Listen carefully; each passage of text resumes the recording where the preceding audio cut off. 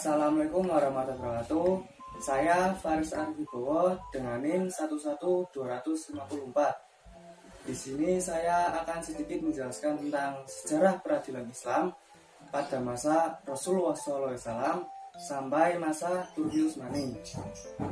Di sini saya akan mengambil tema saatnya yang muda bicara sejarah. Baik, langsung saja. Sejarah peradilan Islam yang pertama saya akan sampaikan adalah sejarah peradilan Islam pada saat Rasulullah SAW. Rasulullah SAW sebagai penerima dan penyampai wahyu dari Allah SWT, beliau adalah satu-satunya sumber hukum dan tata aturan pada saat itu. Dan segala ucapan dan perbuatannya itu sangat diperlukan untuk hal penegakan hukum dan pemeliharaan hak-hak masyarakat. Dan juga ucapan dan perbuatan Rasulullah itu diperlukan dalam mengatasi perselisihan dan persengketaan pada masyarakat waktu itu.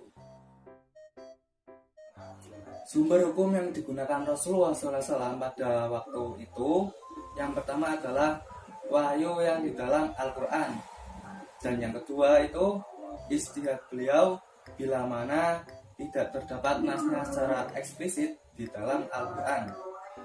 Salah satu penyelesaian kasus pada masa Rasulullah SAW, yakni salah satunya contohnya itu pada kasus kepemilikan pohon kurma yang miring pada kedua tanah Abu Bakar dan Rabi'ah al-Salami.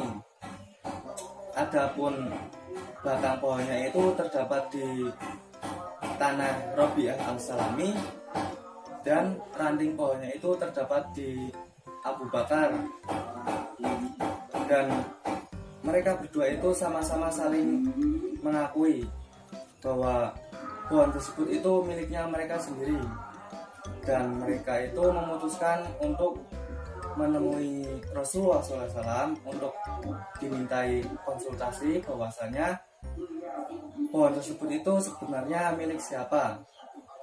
Dan Rasulullah SAW itu memutuskan bahwasanya ranting pohon itu milik orang yang memiliki batang pohon. Para hakim di zaman Rasulullah SAW dalam bidang kehakiman, Rasulullah SAW sendiri itu yang menetapkan hukum, dan hakim bagi pelaksana hukum yang ditetapkannya. Dan Rasulullah SAW itu mengizinkan sahabatnya untuk berijtihad dan melakukan fatwa untuk melatih mereka dalam bidang kehakiman. Selanjutnya, peradilan Islam pada masa Khulafaur Rasyidin. Yang pertama, peradilan pada masa Abu Bakar As-Siddiq. Peradilan pada masa Abu Bakar As-Siddiq itu relatif masih dibilang sama dengan peradilan Islam pada masa Rasulullah SAW. Dan jabatan hakim pun masih dipegang oleh khalifah itu sendiri. Dan sedikitnya perkara yang muncul, mungkin itu dikarenakan masyarakat dan penduduk pada masa itu masih dibilang teratur dan makmur. Selanjutnya, peradilan pada masa Umar bin Khattab. Adanya peningkatan peradilan pada masa itu, yang pertama adanya pengangkatan qadhi, dan yang kedua khalifah membatasi kewenangan hakim. Hakim hanya bertugas untuk urusan perdata, jika urusan pidana dipegang oleh khalifah dan penguasa-penguasa setempat. Dan yang ketiga, hakim merujuk perkara pada Al-Quran dan As-Sunnah. Bila mana perkara tersebut tidak terdapat di keduanya, hakim boleh berijtihad secara kolektif dan individu.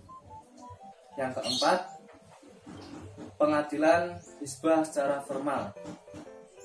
Yang kelima, terdapat surat petunjuk untuk Qadi yang biasa dikenal dengan Risalatul Al-Qadha Umar bin Khattab.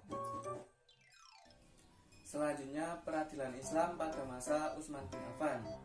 Peradilan Islam pada masa ini mengalami peningkatan secara besar-besaran.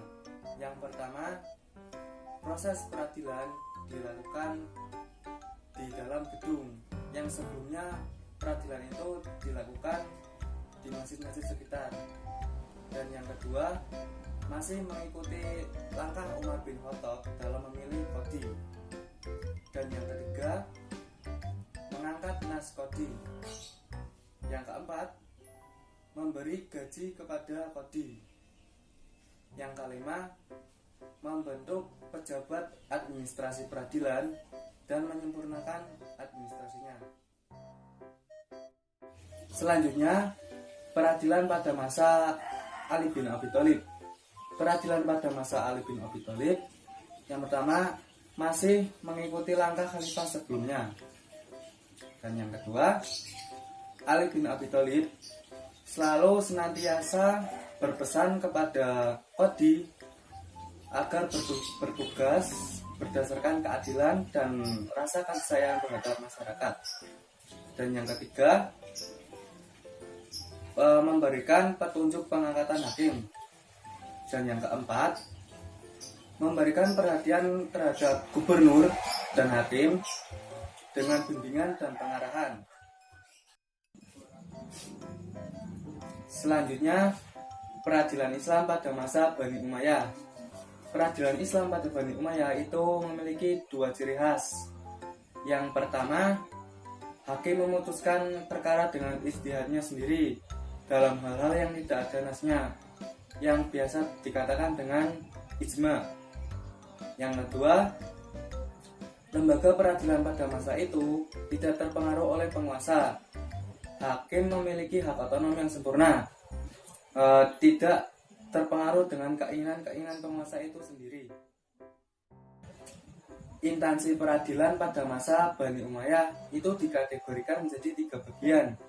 Yang pertama, Al-Qadha, yaitu bertugas untuk menyelesaikan perkara-perkara yang berhubungan dengan agama. Yang kedua, Al-Muhtasib, itu menyelesaikan perkara-perkara umum dan soal-soal pidana yang memerlukan tindakan cepat. Dan yang ketiga, Al-Nadar bi Al-Mazalim, itu mahkamah tinggi atau mahkamah banding. Lembaga ini juga dapat mengadili para hakim dan pembesar negara yang berbuat kesalahan. Peradilan Islam pada Bani Abbasiyah. Peradilan Islam pada Bani Abbasiyah itu memiliki kekuasaan yudikatif yang makin disempurnakan. Yang kedua, badan peradilan semakin berkembang menjadi lembaga yang mandiri. Dan yang ketiga, hakim tidak terpengaruh oleh penguasa. Hal ini didukung oleh sikap khalifah yang tidak ingin ikut campur dalam urusan kehakiman. Peradilan Islam pada Bani Abbasiyah itu memiliki perubahan dalam bidang peradilannya. Yang pertama, terbentuknya lembaga Qadhi Al-Qudrat, itu sebagai Mahkamah Agung. Yang kedua, terbentuknya wilayah Hizbah. Yang ketiga, terbentuknya pengaturan tempat persidangan untuk mahkamah. Yang keempat, luasnya kewenangan hakim. Yang kelima, penyerahan hakim di berbagai tempat. Selanjutnya, peradilan pada masa Turki Utsmani. Turki Utsmani memiliki kewenangan peradilan yang di dalamnya dibagi menjadi 2 jenis, antara lain yang pertama Al-Qadhi, yaitu kewenangan hukum yang syariah. Yang kedua, Syurta, yaitu kewenangan yang di dalamnya hukum-hukum non-syariah. Selanjutnya, sementara itu Qadhi Al-Qudaf membawahi atau mengepalai sekitar 3 bidang, antara lain yang pertama Al-Qadhi. Al-Qadhi yaitu yang bertugas menangani perkara sipil, bukan militer. Yang kedua, Qadi Al-Jun atau Qadi Al-Askari yang bertugas menangani perkara kemiliteran. Yang ketiga itu Nasir Al-Maslim yang bertugas menangani penyelewengan yang diperbuat oleh pejabat atau pembesar negara.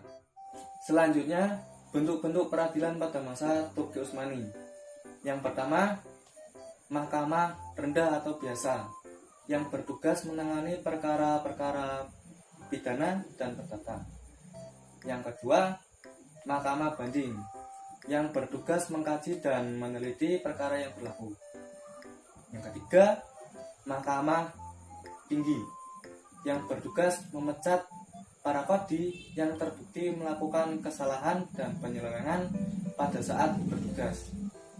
Dan yang keempat, Mahkamah Agung itu langsung di bawah pengawasan para sultan. Ya, mungkin segitu saja penjelasan dari saya. Kurang lebihnya mohon maaf. Nun wal qalami wa ma yaskurun. Wassalamualaikum warahmatullahi wabarakatuh.